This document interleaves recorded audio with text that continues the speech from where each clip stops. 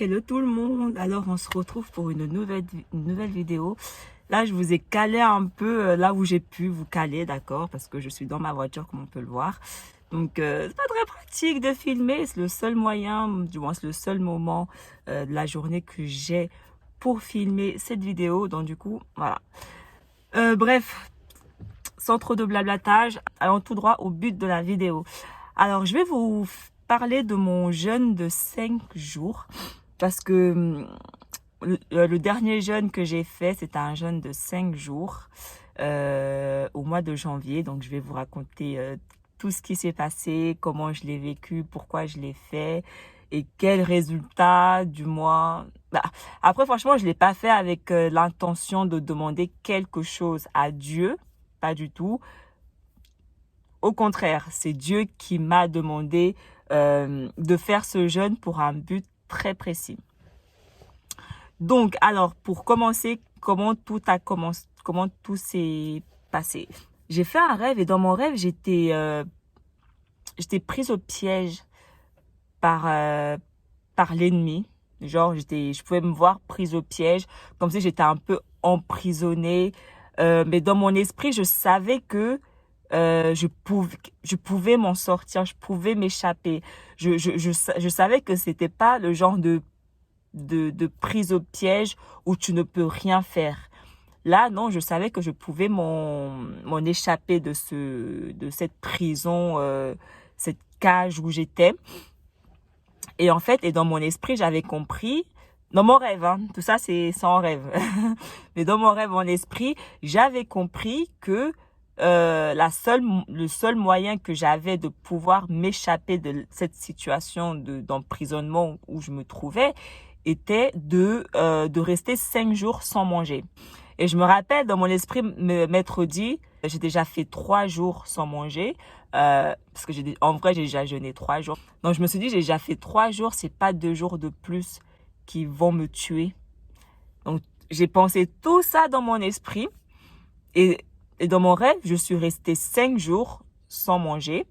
Donc, 5 jours dans cette prison sans manger. Et au bout de 5 jours, j'ai pu m'échapper. J'ai pu prendre la fuite. Et dès que j'ai pris la fuite, le méchant qui m'avait emprisonné de base ne pouvait pas me rattraper, ne pouvait rien faire. Donc, j'ai fait ce rêve-là.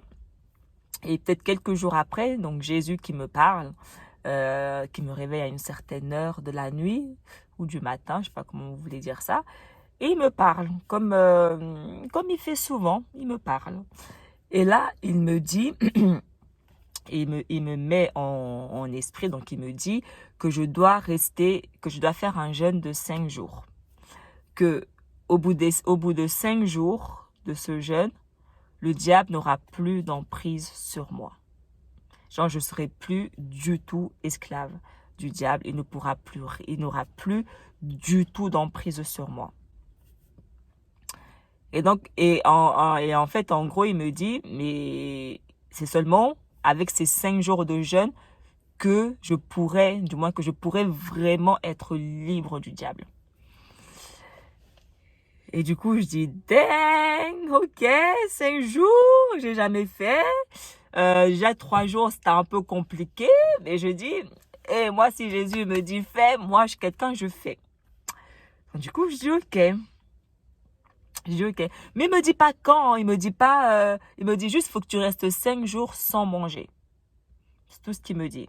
Donc, la seule condition de ce jeûne était de rester 5 jours sans manger. Il m'a pas dit tu ne bois pas, il m'a dit tu ne manges pas. Voilà la raison pourquoi j'ai fait ce jeûne de 5 jours. Donc j'ai dit ok, il m'a pas dit quand, il m'a pas dit voilà, il m'a dit quand tu es prête, quand tu le veux, sache que le jour où tu feras ce jeûne, ça sera ça le résultat. Donc moi quand il me dit ça, moi je dis je vais pas attendre 1000 ans, moi je vais le faire tout de suite, moi je vais être libre de l'ennemi. Et donc du coup, j'ai mis quelques jours. Je l'ai pas commencé le lendemain. Ce serait vous mentir. J'ai mis peut-être quelques jours, peut-être une semaine. Mais j'ai mis quelques jours avant de commencer ce jeûne. Alors, qu'est-ce qui s'est passé pendant ce jeûne?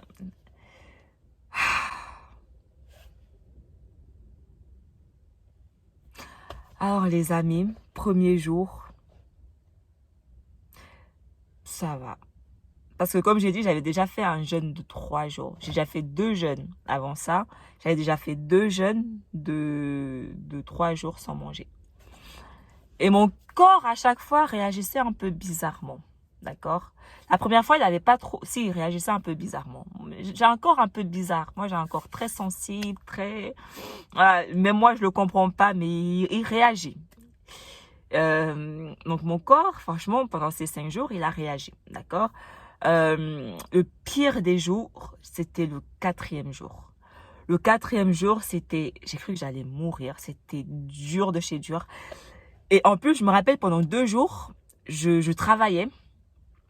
J'avais une petite mission que je devais faire. Je devais aider quelqu'un à faire le ménage dans des chantiers, donc des nouveaux immeubles et appartements, donc les préparer, les nettoyer avant de les mettre en vente. Donc, il y avait plusieurs étages, donc c'était vraiment pas un petit job, mais genre c'est je pense que c'est Dieu qui a voulu vraiment me challenger. Genre, tu vas pas faire les 5 jours rester allongé dans ton lit, non, tu vas les faire en te donnant, tu vois. Donc du coup, j'avais fait ces 2 jours de mission et je l'avais fait, je crois, c'était le 3e ou le 4e jour, ou peut-être le 2e ou le 3e jour que j'avais fait ça.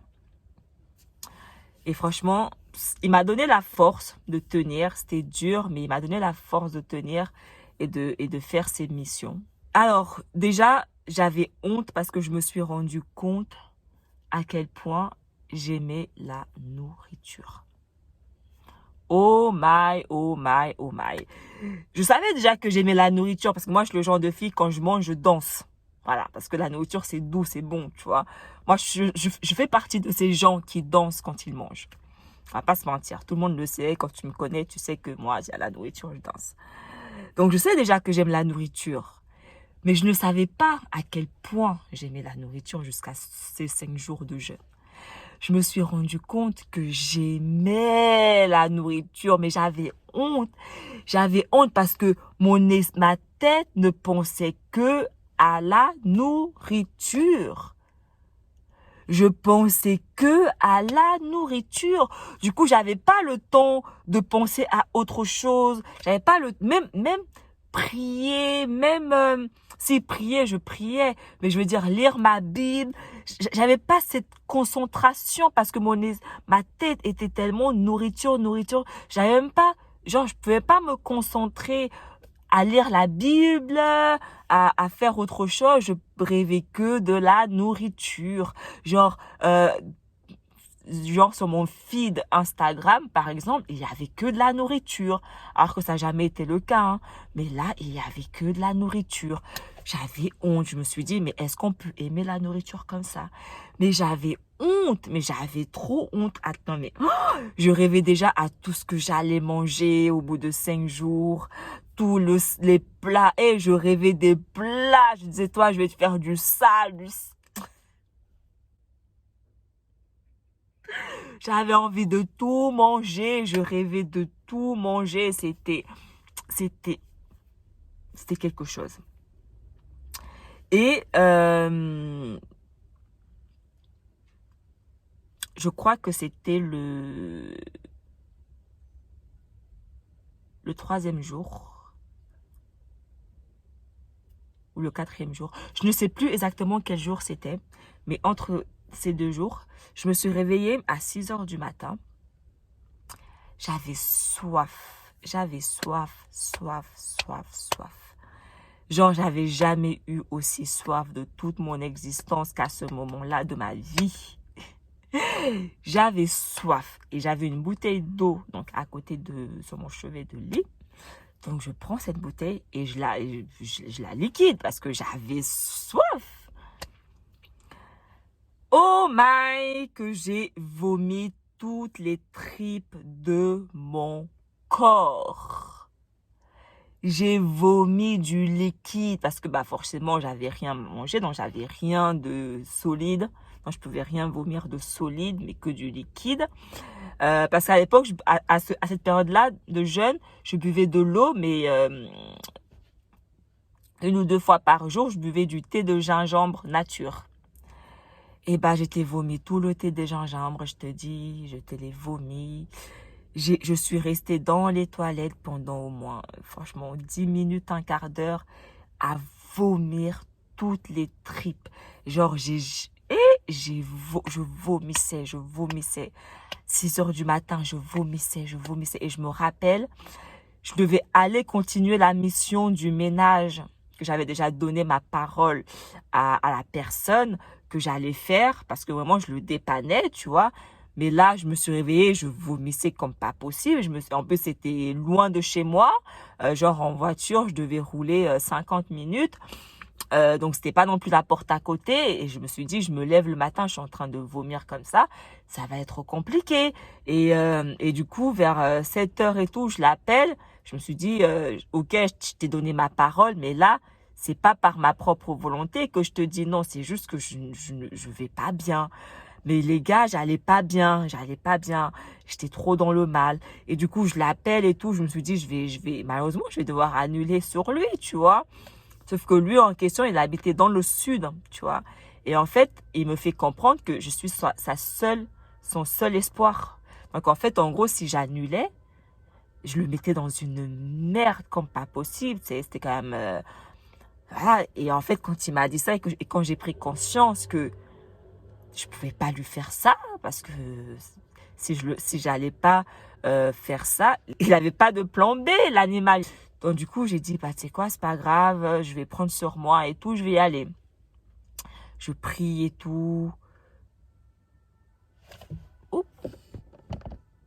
Alors, nous avons été coupés, désolé, donc du coup, je vais continuer. D'ailleurs, c'est un appel qui était que j'attendais depuis des mois et des mois. Et enfin, bref. Donc du coup, je sais plus où est-ce que nous avons été coupés, mais je vais essayer de reprendre là où je pense. Au final, en fait, le fait d'avoir vomi, pardon, m'a grave fait du bien, parce qu'après je me sentais bien et j'ai pu aller, j'avais de l'énergie, j'avais de la force, j'ai pu faire tout ce qu'il m'a demandé. C'était un peu dur, je vais pas vous mentir, parce qu'en plus c'était un grand appartement avec grande terrasse et tout, qui faisait tout le tour de l'appartement. C'était pas facile, ça m'a pris presque 2 heures à faire. Beaucoup d'efforts, donc balayage, nettoyage, serpillère et tout. C'était quand même assez dur. Mais bon, je devais lui rendre ce service et tout. C'est pas mon métier hein, de base, femme de ménage, mais je sais pas, là, j'avais le temps. Je faisais rien ce jour-là et je pouvais lui rendre ce service. Et du coup, je lui ai rendu ce service. Donc voilà. Et après, j'ai pu aussi faire mon propre ménage et tout dès que je suis rentrée dans mon appartement et tout, nanana. Et franchement, j'avais grave de l'énergie et tout, nanana. Et le 4e jour, voilà, et franchement, c'était le jour le plus dur. Le 4e jour était mon jour le plus dur. Parce que, là, j'étais arrivée à un stade. J'ai déjà commencé à faire toutes les courses. Je me rappelle le jour où il fallait faire toutes les courses. Je me suis dit, demain, je casse mon jeûne. En plus, je cassais mon jeûne vers 20h30. Je me suis dit, je vais casser mon jeûne demain. Faut que tout soit prêt. Donc, j'avais fait grave les courses et tout. J'avais acheté et j'avais pris tout ce qui me faisait plaisir. Genre, j'allais, si tu me faisais de l'œil, je te prenais. J'ai tout acheté. J'ai acheté tout. Non, mais la gourmandise, j'ai tout acheté, les amis. J'ai tout acheté. Et du coup, c'était très dur. J'arrivais plus à tenir. Mais je devais obéir à Jésus. Je devais lui obéir. Il m'a dit, tu fais, je fais. Et je me rappelle, au bout du 2e ou 3e jour, je me suis dit, si j'abandonne maintenant, je vais devoir tout recommencer de zéro. Donc, vaut mieux tailler jusqu'au bout, en fait. Parce que si tu abandonnes maintenant, tu vas devoir repasser par là, du début. Donc, du coup, il m'a donné la force.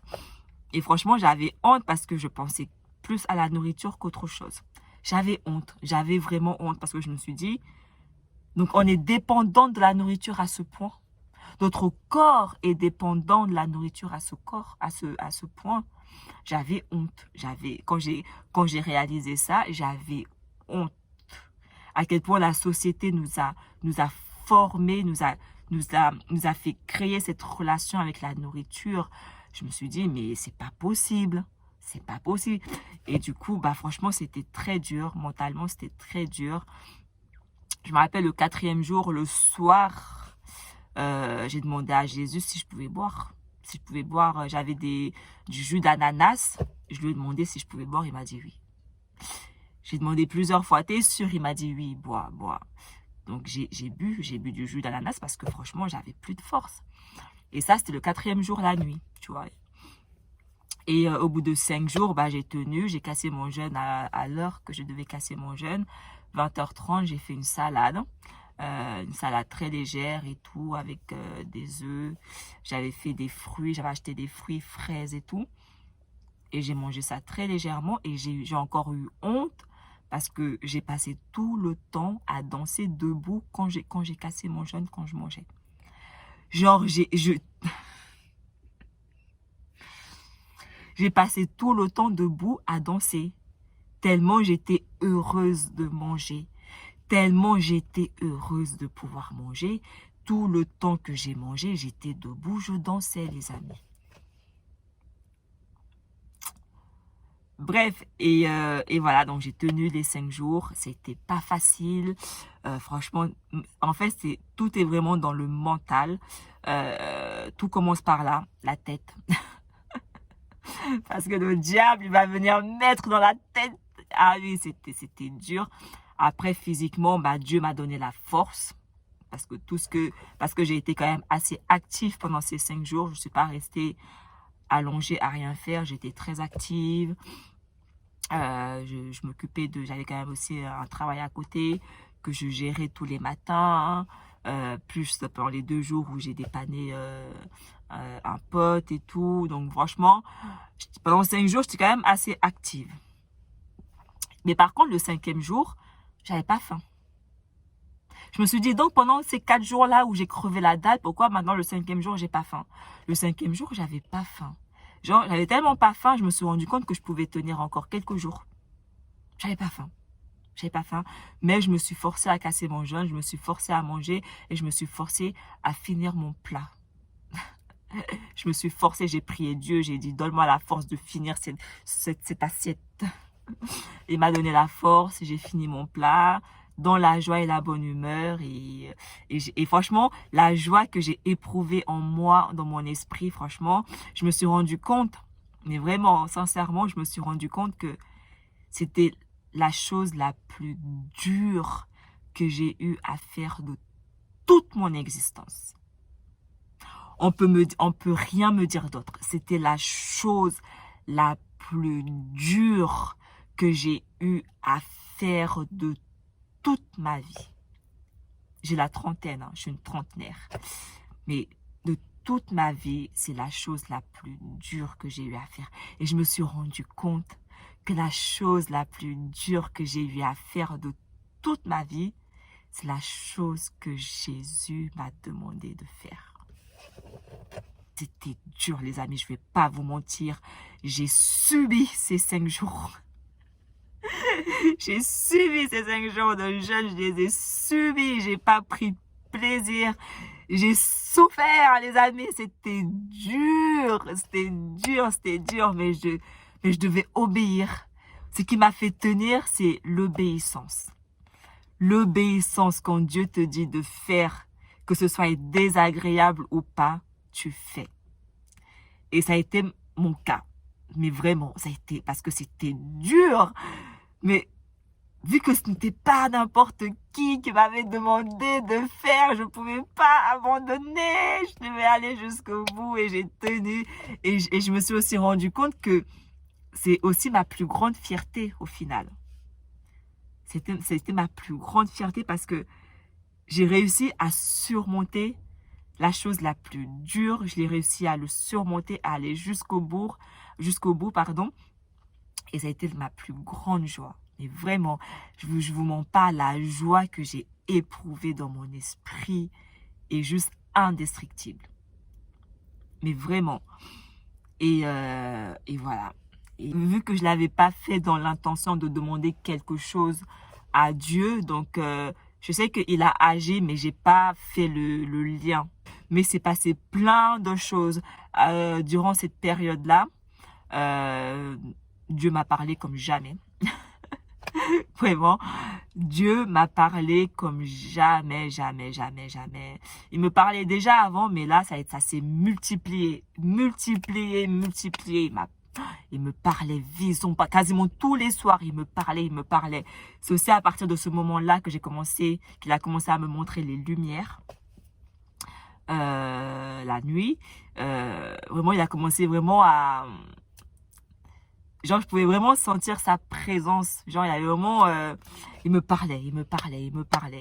Et c'est aussi après ce jeûne-là, bon, j'ai réalisé après, c'est là qu'il m'a avoué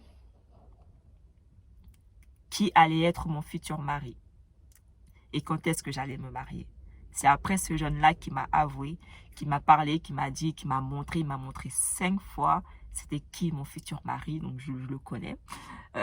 Je veux pas étaler dessus, ça je garde pour moi, personnel. Et c'est aussi là qu'il m'a montré l'enlèvement pour la première fois. Je pense que j'ai fait une vidéo dessus, je la mettrai là, sur l'enlèvement. Ouais, il m'a montré l'enlèvement après ces 5 jours. Mais vraiment, il me parlait. Après ce jeûne, il y avait vraiment une connexion entre Dieu et moi. C'était magnifique. Genre, je savais que le soir, j'allais aller au lit. Je savais que Dieu allait me parler. Voilà à quel point la connexion, elle était deep. Et ça, c'est vraiment arrivé après ces 5 jours de jeûne. C'est vrai. Et j'ai pas fait le lien sur le coup. Parce que vu que moi j'avais pas jeûné pour cette raison, donc forcément quand tout ça arrivait, je n'ai pas forcément fait le lien, mais je pense qu'il y a aussi un lien. Donc voilà. Et en tout cas, est-ce que si c'était à refaire, je le referais? Je me rappelle quand j'ai fini le jeûne, j'ai dit à Jésus, plus jamais tu me demandes de faire des choses comme ça. Je lui ai dit, plus jamais tu me demandes de faire des choses comme ça parce que c'était dur. Genre, les gars, c'était dur.